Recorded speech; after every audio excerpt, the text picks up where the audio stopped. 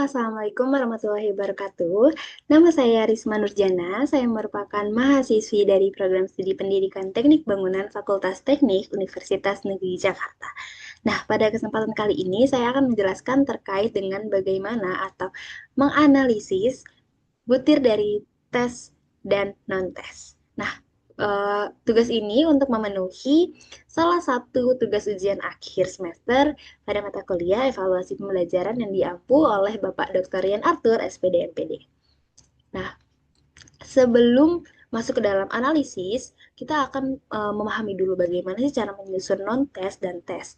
Nah, yang pertama ini yaitu terkait dengan non-tes. Nah, pada dasarnya, non-tes ini digunakan untuk mengukur berbagai ranah yang dimiliki oleh setiap orang. Kalau tes akan mengukur sebagaimana maksimum atau performance maksimum dari seseorang, nah non-tes ini lebih banyak mengukur terkait dengan selain dari psikomotor, selain dengan kognitif, itu juga mengukur terkait dengan psikomotor, persepsi, lalu ada ranah afektif yang dapat diukur melalui non-tes ini. Menurut Mardati, dalam buku Bapak Arthur, yang terkait dengan evaluasi pembelajaran di sekolah kejuruan menyatakan bahwa dalam konteks afektif terdapat 4 karakteristik utama yang perlu diperhatikan, yaitu terkait dengan sikap, minat, konsep diri, dan nilai. Nah, sejalan dengan apa yang saya buat di non-test, saya itu mengambil salah satu aspek atau salah satu karakteristik dari 4 konteks afektif, yaitu terkait dengan konsep diri. Nah, secara umum, instrumen non-tes ini merupakan alat pengumpul data yang secara garis besar terdiri dari 2, berupa kertas berisi pertanyaan, pernyataan, dan daftar isian, serta manusia itu sendiri yang menjadi instrumen. Nah, contohnya apa sih? Untuk contohnya yang berupa kertas itu seperti angket, biasanya akan diberikan.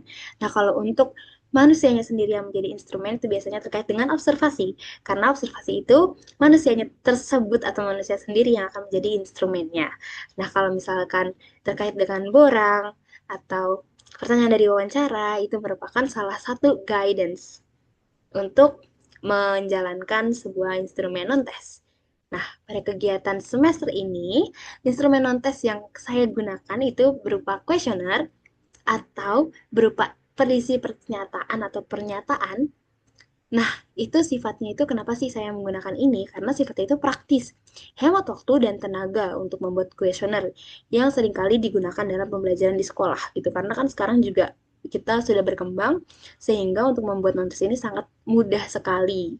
Apalagi sekarang menggunakan G-Form, itu sangat amat mudah untuk aksesnya. Nah, apa sih yang saya buat?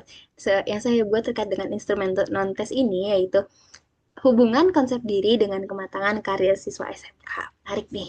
Kenapa sih gitu? Nah, karena konsep diri ini ialah cara siswa memandang dan menilai dirinya sendiri, termasuk bagaimana sih cara siswa tersebut melihat kemampuannya, kelebihan, dan kekurangannya. Konsep diri ini terbentuk dari berbagai aspek pengalaman belajar, praktik di lapangan, interaksi dengan teman, guru, dan orang tua. Lalu bagaimana sih cara siswa memandang dirinya sendiri sangat mempengaruhi bagaimana keyakinan, sikap untuk menghadapi masa depannya, termasuk dalam merencanakan atau mempersiapkan karir. Nah, itu sejalan nih dengan bagaimana sih konsep diri ini akan membentuk kematangan karir bagi seorang siswa SMK. Nah, kematangan karir sendiri merupakan kesiapan dari seorang siswa dalam menentukan menjalani pilihan karir yang sesuai dengan minat, bakat, kemampuan yang dimilikinya, serta kematangan karir ini mencakup dari berbagai kemampuan. Kemampuannya yaitu terkait dengan merencanakan masa depan, mengeksplorasi pilihan kerja, dan mengambil keputusan secara mandiri. Nah, saya itu mengambil salah satu sampel di SMK jurusan Konstruksi Gedung Sanitasi yang merupakan sekolah saya terdahulu yaitu SMK Negeri 26 Jakarta. Yang bagaimana saya ingin mengukur konsep diri yang positif itu penting tidak sih untuk memupuk rasa percaya diri atau menghadapi dunia kerja saat nanti. Nah, lalu selanjutnya berikut merupakan dimensi dan indikator yang sudah saya buat terkait dengan pemahaman diri, kepercayaan diri seorang siswa SMK dalam melaksanakan praktik, lalu memiliki harapan karir, kesiapan perencanaan karir, eksplorasi dan informasi karir, pengambilan keputusan karir mandiri, serta penerimaan diri. Berikut merupakan instrumennya, kisi-kisi yang ada. Lalu butir instrumen, Lalu selanjutnya terkait dengan bagaimana saya menggunakan skala Likert. Di sini saya terdapat 5 skala Likert terkait dengan sangat setuju, setuju, ragu-ragu, tidak setuju, dengan sangat tidak setuju. Nah, selanjutnya kita akan beralih nih ke penyusunan tes pilihan ganda atau penyusunan tes. Nah, tes merupakan suatu metode atau teknik yang digunakan untuk melakukan kegiatan pengukuran.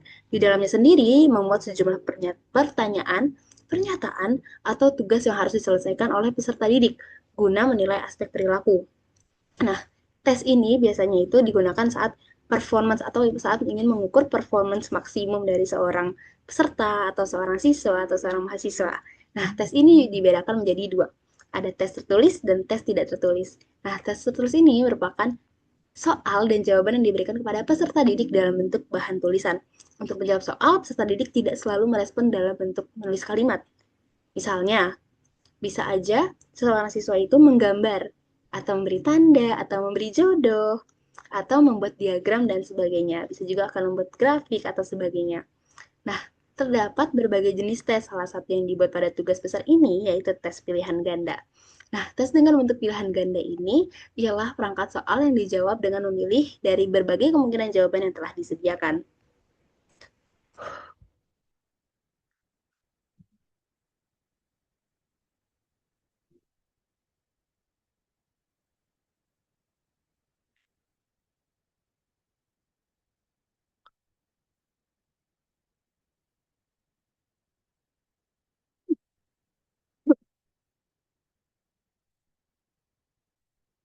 Yang secara umum, setiap soal pilihan ganda terdapat pokok soal atau yang disebut dengan STEAM, pilihan jawaban atau option. Nah, pilihan jawaban sendiri terdiri atas kunci jawaban dan pengecoh atau biasa disebut dengan distractor.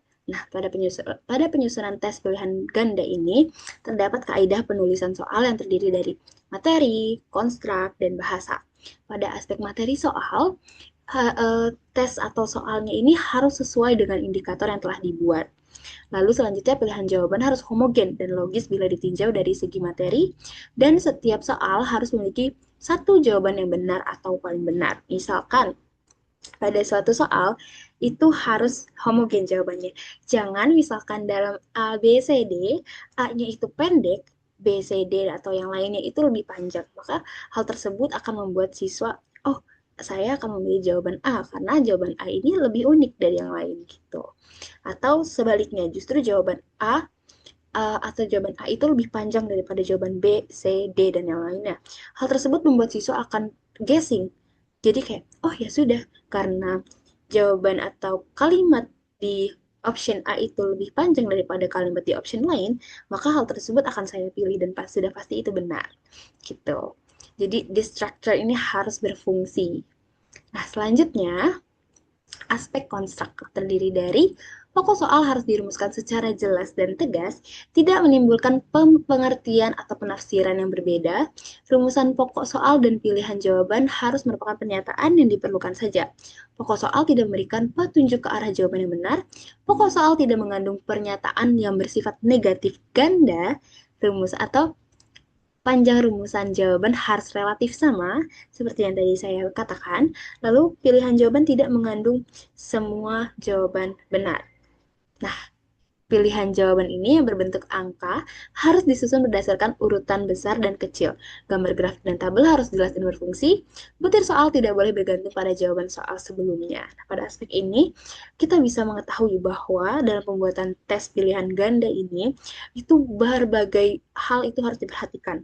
Terutama terkait dengan bagaimana rumusan jawaban itu harus relatif sama dan pernyataan tidak boleh bersifat negatif ganda. Salah sudah bukan, lalu tiba-tiba ditambahkan kecuali. Itu tidak diperbolehkan. Lalu yang sering kita temukan adalah semua pilihan jawaban benar. Hal tersebut membuat ambiguitas dalam jawaban tersebut. Lalu untuk aspek yang ketiga atau aspek terakhir yaitu aspek bahasa. Nah, kaidah atau saat pembuatan soal ini harus menggunakan kaidah bahasa Indonesia yang baik. Tidak diperkenankan menggunakan bahasa yang berlaku setempat serta pilihan jawaban tidak mengulang kata atau frase yang bukan merupakan satu kesatuan pengertian. Nah, pada dasarnya, saat kita ingin membuat soal, soal tersebut akan digunakan oleh siapa? Contohnya, misalkan soal tersebut akan digunakan oleh siswa di Jawa Barat.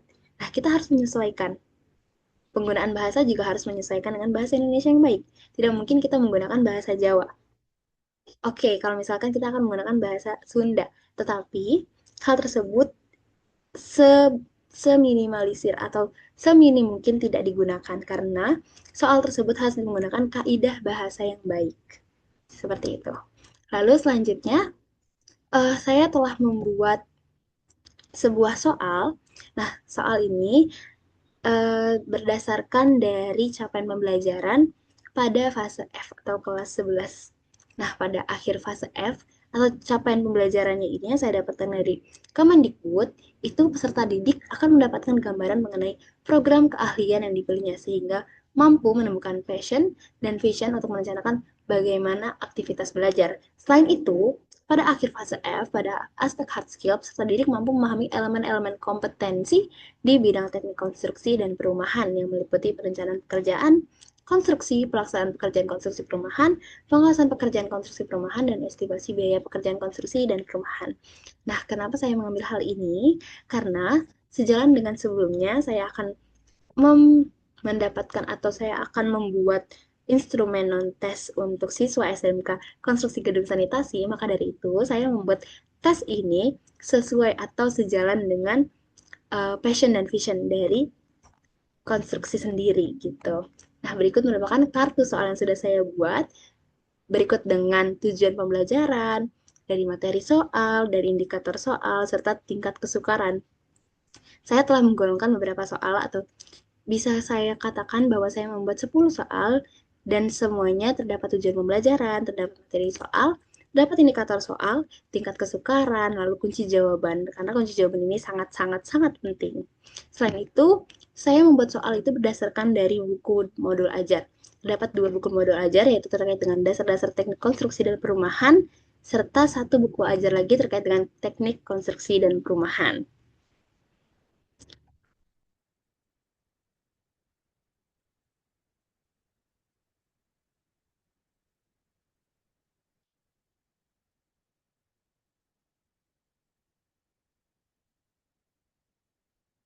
Baik, untuk selanjutnya yaitu terkait dengan bagaimana kita akan menganalisis. Nah, ini merupakan hal yang sangat menarik. Nah, sebuah atau suatu instrumen itu atau alat ukur biasanya itu harus memiliki ketepatan, keakuratan, dan konsistensi yang sesuai dengan apa yang diukur.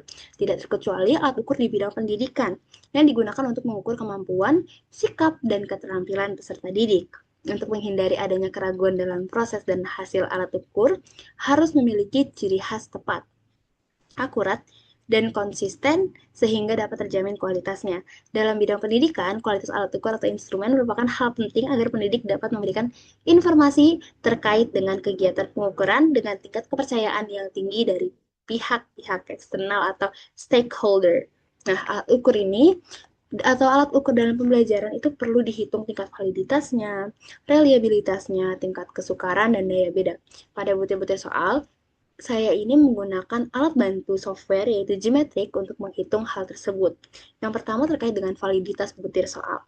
Nah, validitas ini apa sih? Nah, validitas ini adalah suatu tes atau suatu alat ukur itu akan sangat baik apabila mampu menjalankan fungsi pengukurannya dengan memberikan hasil yang sesuai dengan tujuan pengukuran. Dengan kata lain, hasil pengukuran mencerminkan besaran dan satuan yang akurat, serta menggambarkan kondisi sebenarnya. Nah, validitas ini sendiri dilakukan untuk mengevaluasi kualitas dari suatu butir soal. Analisis validitas dilakukan dengan menggunakan bantuan perangkat lunak yang tadi saya sebutkan, itu terkait dengan Gmetric. Lalu terkeluarlah nilai yang digunakan. Nah, nilai yang digunakan ini yaitu korelasi antara skor item dengan skor total atau nilai diskrimin. Berikut merupakan nilai diskrimin atau nilai validitas yang ada. Berikut merupakan kriterianya, mulai dari sangat kuat hingga sangat rendah. Berikut merupakan tabel hasil analisis dari validitas butir tes, di mana soal saya itu, soal nomor 1 dan soal nomor 10, itu diskriminnya yaitu none. dapat dikatakan atau dapat dikategorikan sebagai diskrimin atau validitas yang sangat rendah. Lalu untuk nomor 7, diskriminnya itu negatif. Kenapa hal tersebut terjadi?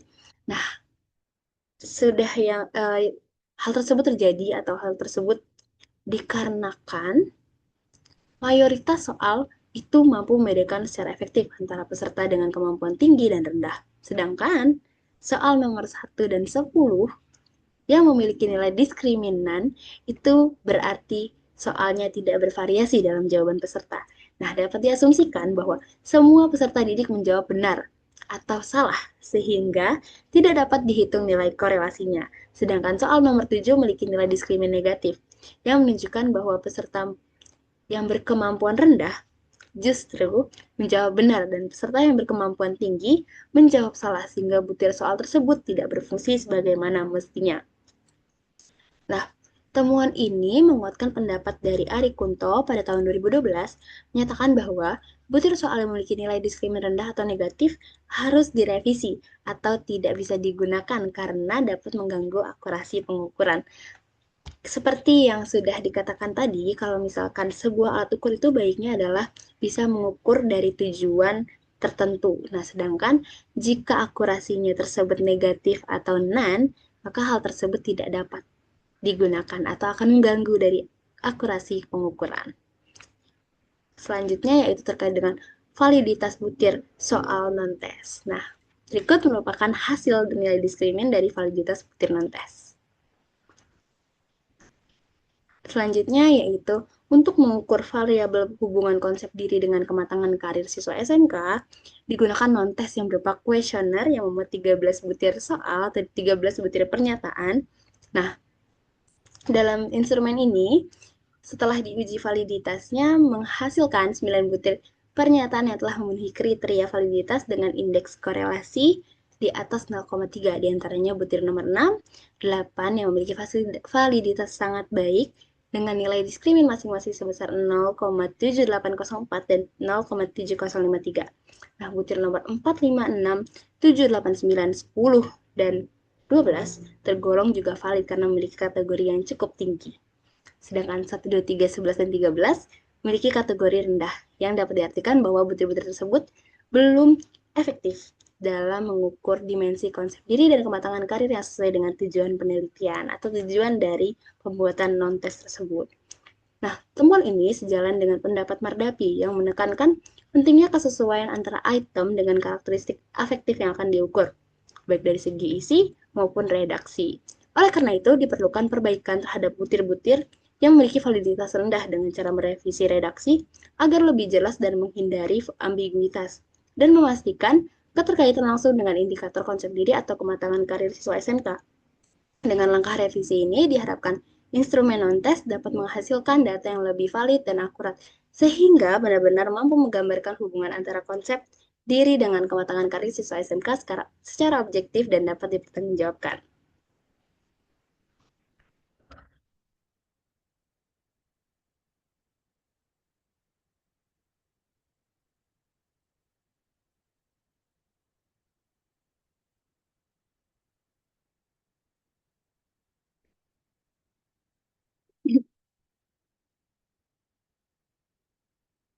Baik, selanjutnya terkait dengan reliabilitas butir soal tes, di mana reliabilitas merupakan tingkat konsistensi hasil pengukuran dari sebuah alat ukur yang dikenakan pada suatu subjek atau objek yang diperhatikan perubahan aspek dalam diri subjek atau objek yang akan diukur.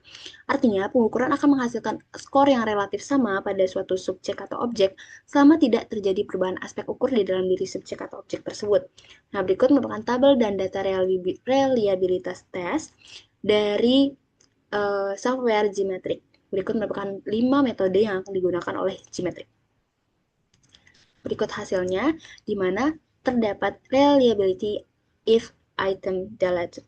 Bagaimana sih hal tersebut bisa terjadi atau bagaimana sih cara menerjemahkan data tersebut? Nah, berdasarkan hasil analisis reliabilitas jika item dihapus atau reliability if item deleted, terlihat bahwa koefisien reliabilitas instrumen tes ini secara umum stabil pada berbagai metode estimasi. Yang pertama baik Goodman maupun Goodman lambda 2, koefisien alpha, Feldgamer, Feldbrennan, maupun Rajus Beta.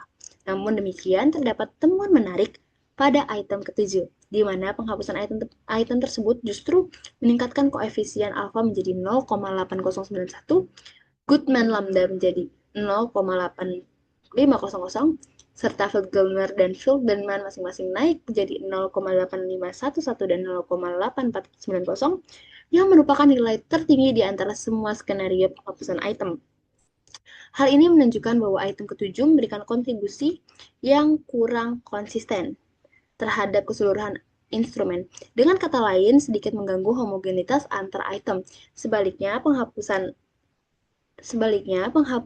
item ketujuh ini tidak atau sebaliknya penghapusan item-item lain tidak memberikan peningkatan yang berarti terhadap reliabilitasnya, menandakan bahwa sebagian besar item telah bekerja seragam dalam mengukur konstruk kemampuan siswa.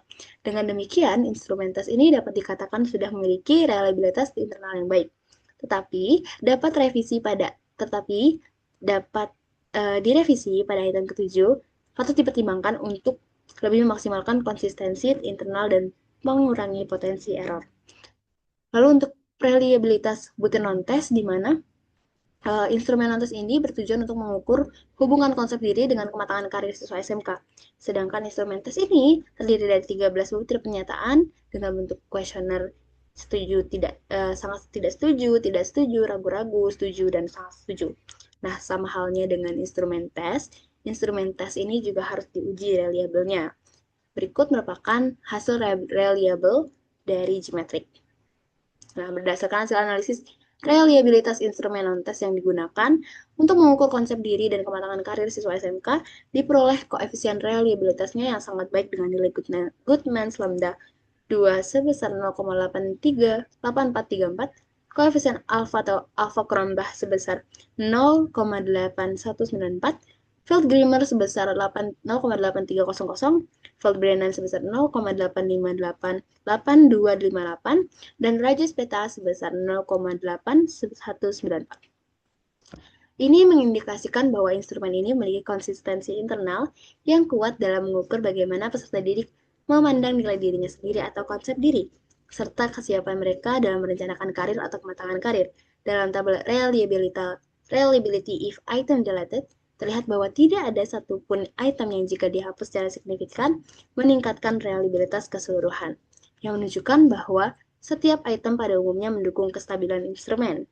Namun, penghapusan item kelima sedikit menurunkan reliabilitasnya, sementara jika item ketujuh dihapus, reliabilitasnya tetap tinggi. Hal ini dapat diketahui bahwa secara keseluruhan item yang sudah saling melengkapi dalam mencakup berbagai aspek pengalaman peserta didik, keyakinan diri, kesiapan pengambilan keputusan, serta keberanian dalam menghadapi tantangan karir di bidang kejuruan masing-masing. Instrumen ini sangat relevan digunakan untuk siswa SMK karena konsep diri positif yang terukur dapat menjadi indikator kepercayaan diri dalam menghadapi dunia kerja.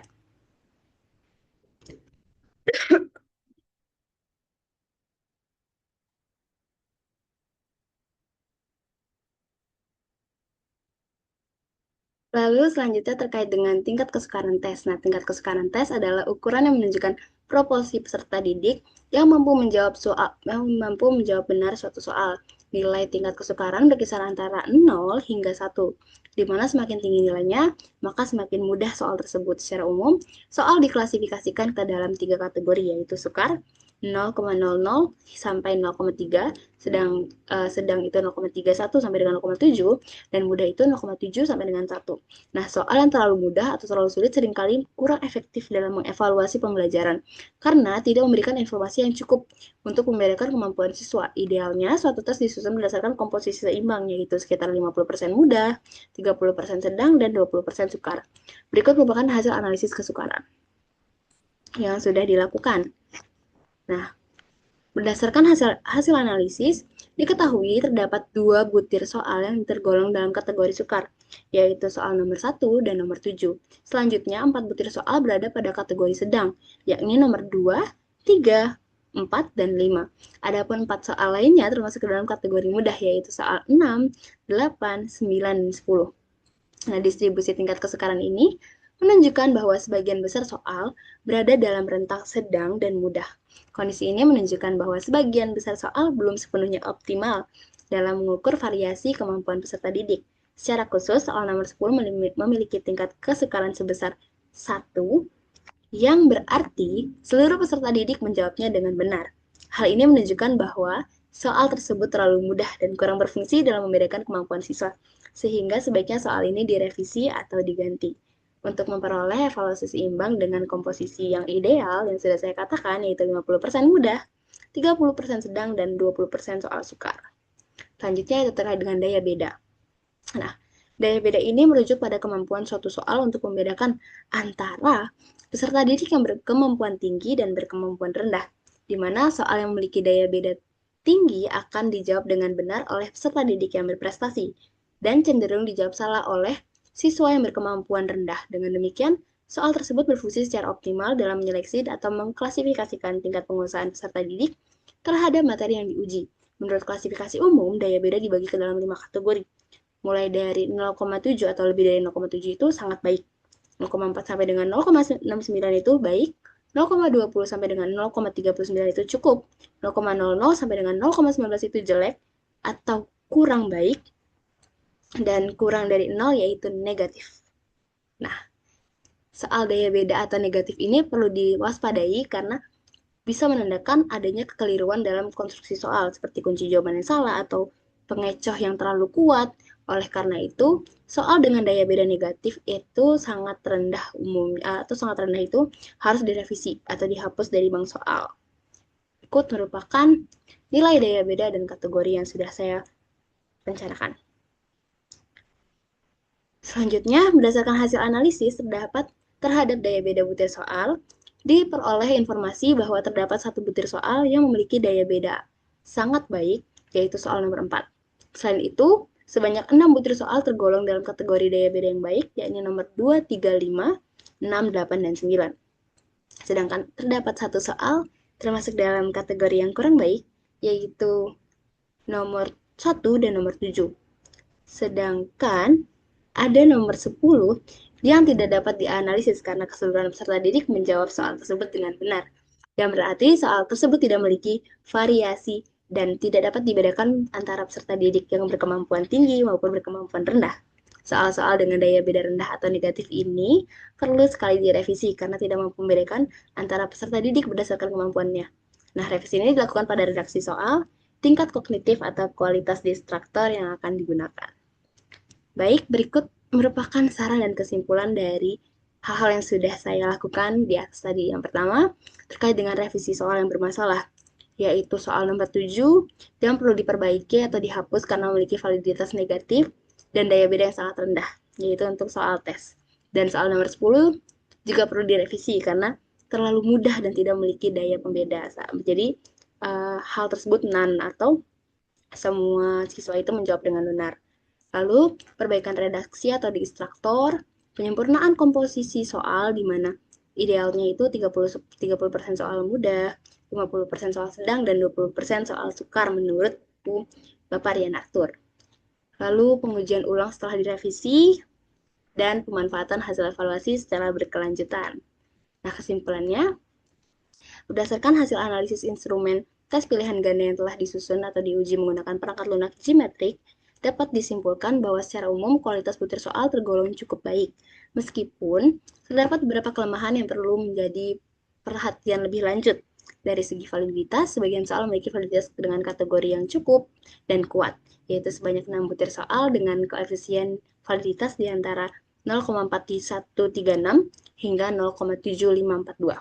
Namun demikian, terdapat 2 butir soal, lagi-lagi yang tidak dapat dianalisis, yaitu terkait dengan nomor 1 dan nomor 10, itu untuk tes, dan nomor 7 yang memiliki korelasi negatif, namun menunjukkan validitas yang sangat rendah dan tidak layak digunakan. Lalu dari sisi daya pembeda, sebanyak 6 butir soal memiliki daya beda baik, dan satu soal tergolong memiliki daya beda yang sangat baik, dan satu soal lagi memiliki tergolong daya beda yang jelek. Dan satu soal memiliki daya beda negatif, serta satu soal lagi yang tidak dapat dianalisis.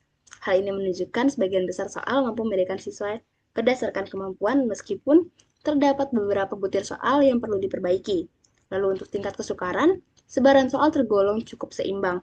4 soal termasuk mudah, 4 soal lagi sedang, dan 2-nya itu sukar. Lalu dari aspek reliabilitasnya, instrumen tes ini memiliki koefisien reliabilitas sebesar 0,73 berdasarkan alfa Cronbach, yang berarti termasuk kategori tinggi. Hal ini menunjukkan instrumen memiliki konsistensi internal yang memadai dan dapat digunakan untuk mengukur hasil belajar siswa dengan tingkat kepercayaan diri yang baik. Berikut merupakan lampiran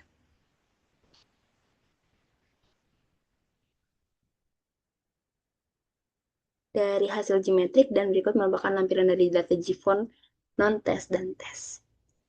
Mungkin itu saja yang bisa saya sampaikan, kurang lebihnya mohon maaf.